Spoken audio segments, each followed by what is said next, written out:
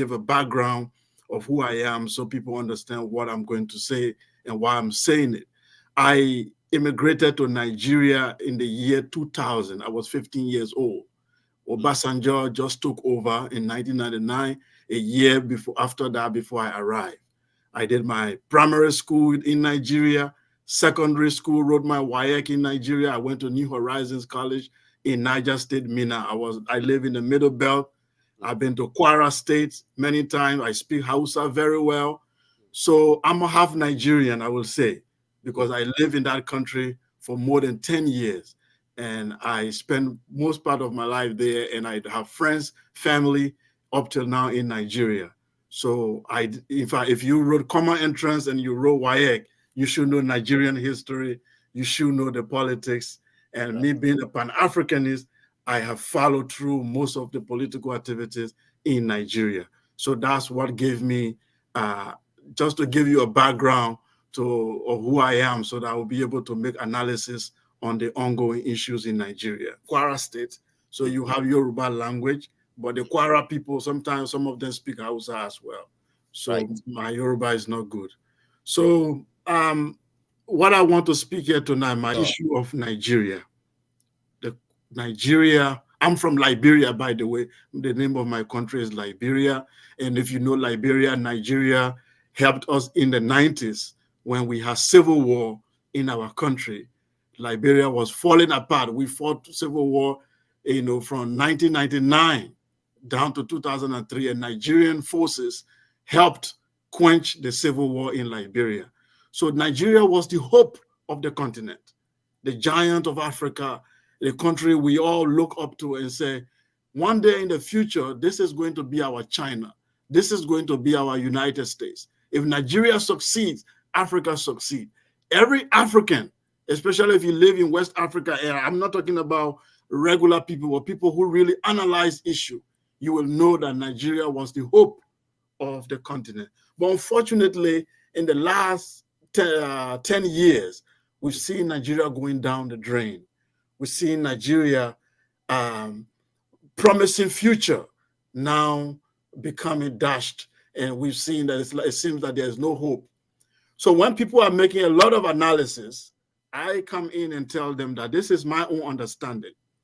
The problem in Nigeria is a summary of what is happening in all of African countries, which is number one, the way we got independence, the institutions that we inherited were not decolonized. It's like the colonial masters made a deal with people we call freedom fighters, and they replaced them. They just replaced the white Oyibo with our black brother who continue the colonial legacy. And I will give you an example. Your police is a typical colonial police. During the colonial era, the police was meant to protect the colonial elite. The police was there to beat up the people, subdue them, and terrorize them to protect the colonial masters. That's what the African police do now. That's what the Nigerian police does. The elite of the colonial era, they were bourgeoisie who lived in Africa, but then their real home is London. Their hospital is Paris. When the colonial masters get sick, they take them to Lisbon, they take them to Paris, they take them abroad to go to get treated in the what they call the metropole. And the Africa was the farm, was the place they work, was where is where you extract the natural resources. The London is where you go to enjoy it. Our elite are following the same pattern. The educational institutions were designed to make the colonial masters to look like saviors and tell the people who have been exploited to appear as if they are being indebted. They have to be grateful to the colonial masters for giving them education. Why that education was actually a miseducation. If you watch our education today, it followed the same pattern. The religion was created to pacify the public in order for them not to stage a revolution. The colonialists were in bed with the religious masters. They tell the people to calm down. In fact, our traditional rulers, Some of them were compromised. Those of them who refused to compromise were removed from their throne. If you compromise with the colonial system, then you remain on your throne. Today is the same thing. Our traditional leader have to compromise with the men in Abuja, the unknown forces in Abuja, in the capital. They have to connive with them to destroy your destiny. Now, all I'm saying here is that the colonial system continues, but it has just changed face. It just have a black face on it. So I say this to tell you, when people say, let's divide Nigeria, let's break up the country, let's have a Yoruba nation, let's have a Igbo nation. As a Pan-Africanist, I'm sad because our philosophy was to create a black United States of Africa. So when we see now that a country like Nigeria cannot survive, that means that our theory has been debunked. But here is what we tell people. It doesn't matter if you divide Nigeria today into 7 countries. The same elite who are in bed with London, who are in bed with these forces in Europe, they will be the same elite who will take over this country. Example, South Sudan and Sudan. Did South Sudan become better after they broke out from Sudan? I don't think so. Many countries are breaking up in Africa after independence, but it was the same elite who were transported to those new countries. The main people who wanted actual freedom were killed, were removed. Those who wanted real transformation were replaced with the bourgeoisie. Then the second thing I want to say, the forces, the internal forces that are working in African countries are against the people. If you look at Nigeria very well today, you can determine the future of Nigeria by looking at the forces that are controlling Nigeria. What are these internal forces? One, the religious group. I grew up in northern Nigeria. I went to school there. I was born a Muslim. I studied the Quran. I went to, if you have been to Niger State, Mina, if you know the institution called RET, Islamic Education Trust in Mina, controlled by Sheikh Ahmed Lemu. Those are the people that brought me up. They gave me scholarship. I went to that school in New Horizons College. I graduated there. I learned the Quran. I was a Muslim until I started traveling, and I decided to put religion aside. What I saw in northern Nigeria is that these people were colonized twice. They were first colonized by the Sokoto Caliphate through the Islamic Revolution. They were still under that colonialism, then the British colonialism came. So they are not in alignment with you in the South. You don't understand. They are operating under 2 influence of colonial culture that they have inherited. One, they inherited an extreme version of Islam called Wahhabism, which even Saudi Arabia is trying to abolish and embrace modernity. This northern Nigeria inherited an archaic, outdated Islamic view that came from Baghdad and Saudi Arabia those days. They inherited it. And it is very much entrenched in their culture. They do not believe in Nigeria as long as they are not on top. As long as Islam, for them, the vision for Nigeria is for Islam to triumph. That's the understanding for them. The destiny of Nigeria must lean toward Islamic revolution. That is the elite, the agenda. I'm not talking about the ordinary people on the street. They don't know what's going on.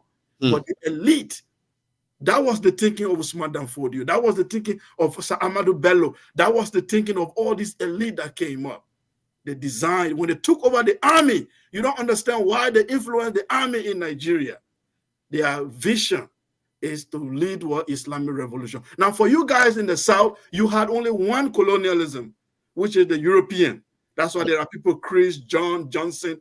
When you are tired of European colonialism, you fall back to your culture. They don't have no culture to fall back to. They only have Islamic extremism to fall back to when they are angry. That's why every riot in the North take an Islamic tune. Any fight, any fighting has to take an Islamic tune. They do not have any ideology or philosophy to fight with other than Islam. And this make you guys to live in 2 different planets, but yet you are trying to build a country. The fact here is that Nigeria is going to experience a very, very serious trouble. That's very obvious, worse than it is right now. The reason being is that I spoke of the internal forces in Nigeria, and I just mentioned one, which is the religion. That there's the ethnic side, which I've not touched. Now, if you look at, let's deal with that first internal problem, which is the religion. Like I follow one politician in Nigeria in particular who I love before Obi came on the scene. That was Showore, when he said take it back, when he said revolution now. People didn't understand. Nigeria needs a revolution, and when we say revolution, it's not just people moving on the street or what. A transformation of thinking and transformation of institution, complete transformation. Now that transformation, even if you do it the way Showore wanted, you will have to do it twice. You will do one revolution for Nigeria, then you will do another revolution for the North. Anything you do to Nigeria, you have to do it twice in the North before it will succeed. You take your NSAS, for example. When all of you in the South were running around to change the police, did you see the North move? No. You think they care? They did not move. They didn't see the North. As soon as you start protesting in Lagos, the Eastern Nigerians start to feel it immediately. They start to protest. When something happened to Mohbad, you see people talking. Watch the social media. When you see people start talking in Western Nigeria, it moves straight to the East. It moves straight to the other part. The North doesn't budge. It does not move. You need 2 times the picture. And said they are using this population democracy where who vote, the religious extremists in the North will continue to use these uneducated, illiterate people to continue to vote the wrong people in power. For that, they have taken Nigeria hostage. And those of you who want real change for Nigeria, they will isolate you. They will isolate you. They will make sure that you become the enemy of the state.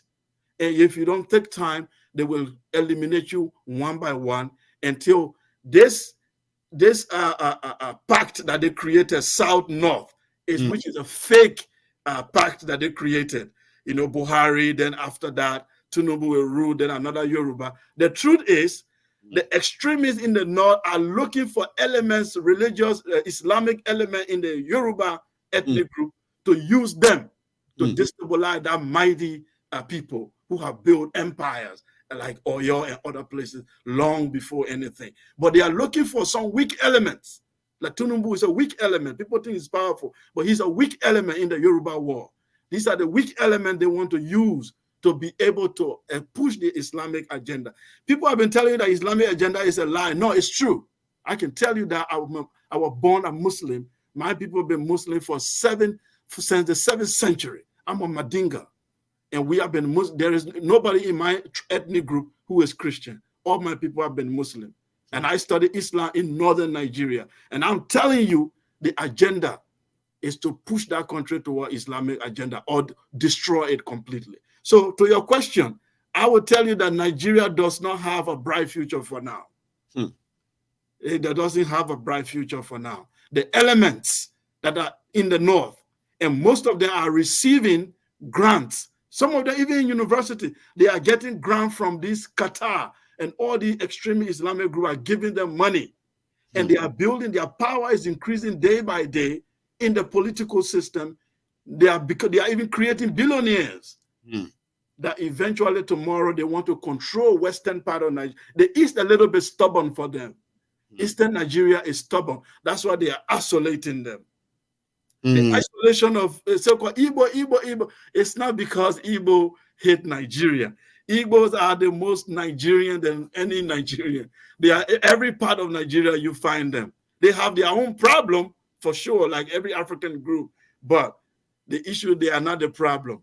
But they are acting a little bit stubborn to the Islamic agenda. So they have to be isolated. And to do that, you need one of the most powerful group, which is the Yoruba group. If you don't use Yoruba, you can't succeed.